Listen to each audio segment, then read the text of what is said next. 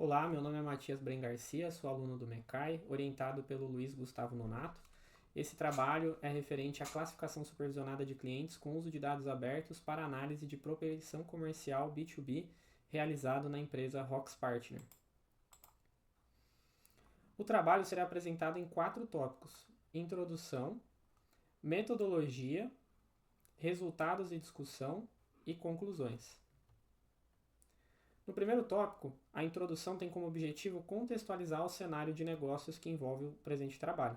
Então serão apresentadas quais são as categorias ou clusters de clientes identificados em um trabalho prévio de clusterização, quais são os desafios mercadológicos na obtenção de novos clientes e a avaliação de métricas comerciais como CAC e LTV.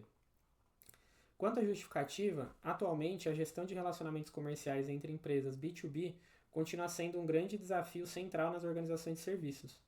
A qualificação de clientes envolve equilibrar o Lifetime Value, ou LTV, e o custo de aquisição de clientes, também conhecido como CAC, cuja razão LTV sobre CAC é amplamente reconhecida como indicador de eficiência e sustentabilidade do portfólio.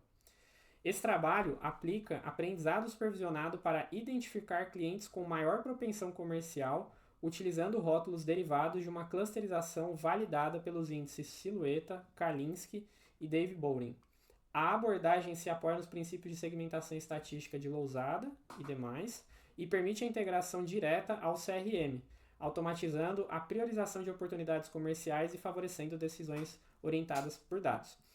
Então, durante um processo de avaliação de demandas, de entendimento de demandas de ciência de dados, foram identificadas 2 demandas e elas eram complementares. A primeira, a segmentação da carteira atual de clientes, e a segunda, a avaliação dos novos clientes potenciais, ou seja, quais seriam os clientes que deveriam ter mais atenção ou menos atenção no momento da avaliação comercial para que fosse direcionado melhor o trabalho dos vendedores. A segmentação da carteira consistiu na clusterização que resultou em 6 clusters que vão ser abordados mais à frente. E esse trabalho, ele é exclusivamente sobre a avaliação de novos clientes, ou seja, eu utilizo os clusters previamente identificados para classificar os novos clientes. Apenas para efeito de demonstração e será utilizado mais adiante, aqui eu faço uma breve demonstração de quais são esses clusters, ou clientes ouro, clientes átomo, diamante, carvão, carvalho e prata. Esses dados não comprometem a empresa por são apenas dados estatísticos de clusters que não revelam a identidade de nenhum cliente ou segmento de negócio. Aqui nós temos a curva ABC, onde pode-se identificar uma maior concentração de clientes do grupo A nas classes ouro, diamante, átomo e prata, e uma maior concentração dos clientes C na classe carvão, clientes B na classe principalmente carvão e ouro.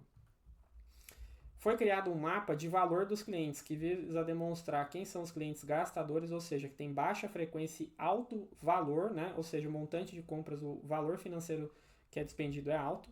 Clientes melhor, ou seja, os que têm alta frequência e alto valor, e os clientes incertos, com baixa frequência e baixo valor. Isso também será utilizado mais adiante para demonstração de uma ideia no processo de classificação. A metodologia utilizada nesse trabalho foi o CRISP-DM, metodologia essa amplamente difundida no mercado para projetos de ciência de dados. O fluxo de trabalho e de criação do algoritmo e interpretação desse seguiu as seguintes etapas: coleta e integração dos dados, preparação e transformação, particionamento de dados entre teste e treino, modelagem supervisionada, avaliação e interpretação dos resultados, visando sempre criar um modelo que fosse efetivo para, com poucas variáveis, ou seja, principalmente variáveis externas, conseguir qualificar bem novos clientes. Um grande desafio, pode ser identificado na etapa de coleta e integração de dados, é que durante a clusterização foram utilizadas 64 variáveis. Já na etapa de classificação, não é possível utilizar as mesmas 64 variáveis, pois os novos clientes ainda não possuem histórico de consumo. Então, o grande desafio é não utilizar as variáveis que foram identificadas ao longo de mais de 3 anos de relacionamento com os clientes já encarteirados. Ou seja, com poucas variáveis no primeiro contato, apenas identificando qual é o produto de interesse, qual é o potencial faturamento de uma determinada proposta e quais são variáveis pertinentes ao cliente obtidas por base da Receita Federal, se esse cliente tem alta propensão ou baixa propensão de ser um cliente de alto potencial ou de baixo potencial. Referente à preparação dos dados, os dados foram avaliados referente à presença de dados atípicos, como outliers e também desbalanceados.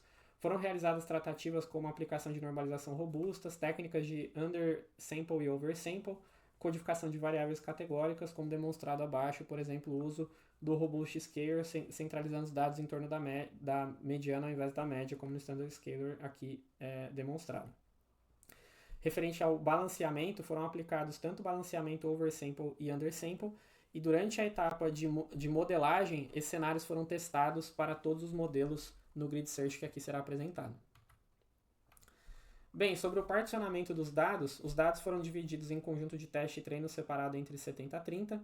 Foi aplicado o Stratified K-Fold, e como vocês podem verificar aqui, tanto no cenário multiclasse quanto de classificação binária, os gráficos demonstram que o Stratified K-Fold preservou a proporção real das classes tanto no cenário multiclasse quanto no cenário binário. Sobre a modelagem supervisionada, foram testados 3 algoritmos. O Support Vector Machine, ou também conhecido como SVM, a regressão logística, né, ou Logistic Regression aqui, e o Random Forest, né, florestas aleatórias. Nos cenários foram testados tanto os dados balanceados com undersample quanto com oversample. Os hiperparâmetros eles foram ajustados ou definidos por meio de uma técnica de grid search, aliado à validação cruzada, adotando-se F1 score como métrica de otimização para o cenário multiclasse e acurácia como métrica de otimização na formulação binária. Essa configuração permitiu uma forma consistente de avaliação do desempenho dos modelos em ambas as técnicas. Abaixo nós temos que o multiclasse foi o melhor modelo no cenário multiclasse, o modelo vencedor foi o Random Forest com seus respectivos parâmetros usando balanceamento oversample, e no cenário binário foi o SVM utilizando oversample com seus respectivos parâmetros aqui listados. Resultados de discussão. Como pode se visualizar nessa matriz de confusão aqui apresentada, no cenário multiclasse, as confusões aqui realizadas foram entre a predição da classe 1 com a classe 3 e a classe, perdão, é o predito da 1 com a 7, né? O predito da 7 com a 1, o predito da 3 com a 1 e da 3 com a 0. Então, quando a gente olha naquele cenário de evolução comercial da matriz de valor entre gastador, alta frequência e alto valor, o que pode se verificar é que os clientes mais intermediários, principalmente da classe prata e classe ouro, eles têm um nível de confusão com a classe, principalmente, carvalho e carvão. Então, por isso, justamente por potenciais erros de confusão aí que não se pode prever porque depende da iteração do vendedor para mudar esse perfil, foi elaborada a classificação binária, onde se separaram os modelos, as classes aqui de alto potencial e baixo potencial, e foi criada a classificação binária que pode ser avaliada na imagem ao lado. Concluindo, as variáveis classificatórias, né, tiveram um desempenho, mostraram aqui tanto no cenário multiclasse quanto no binário, que as variáveis da Receita Federal elas têm um alto poder preditivo para esses clientes, e um passo muito importante aqui foi o trabalho de feature engineering. Então, por exemplo, idade da empresa é só falado quando a empresa foi fundada, foi importante transformar a empresa em dias. Quantidade de estabelecimentos não é listada, foi importante contabilizar esses estabelecimentos. Bom, conclusões. Conclui-se nesse trabalho que os melhores resultados obtidos foram o Random Forest na formulação multiclasse e o SVM na formulação binária, ambos com oversample. A versão binária apresentou métricas mais estáveis de acurácia, F1 score e área sobre a curva ROC, mostrando-se mais adequado para prospecção, enquanto a multiclasse fornece maior detalhamento para a segmentação, ou seja, para já entender o que esse cliente tem de potencial ao longo da jornada dele futura dentro da empresa. Limitações. Entre as principais limitações destacam-se que a base de dados tem um tamanho reduzido e um conjunto restrito, e também um conjunto restrito de algoritmos, né? Foram testados apenas 3 algoritmos, muitos outros algoritmos poderiam ser testados. Sobre trabalhos futuros, pode-se incluir a ampliação da amostra, reavaliação dos clusters e também uso de modelos probabilísticos como Gaussian Mixture Models, na etapa ainda de clusterização, para identificar clusters prováveis e não clusters fixos, o que pode combinar em um bom trabalho aqui de classes prováveis também, aliado ao Gaussian Mixture Models. A combinação de clusterização e classificação supervisionada mostrou-se efetiva no contexto B2B, com alto potencial para decisões comerciais orientadas por dados.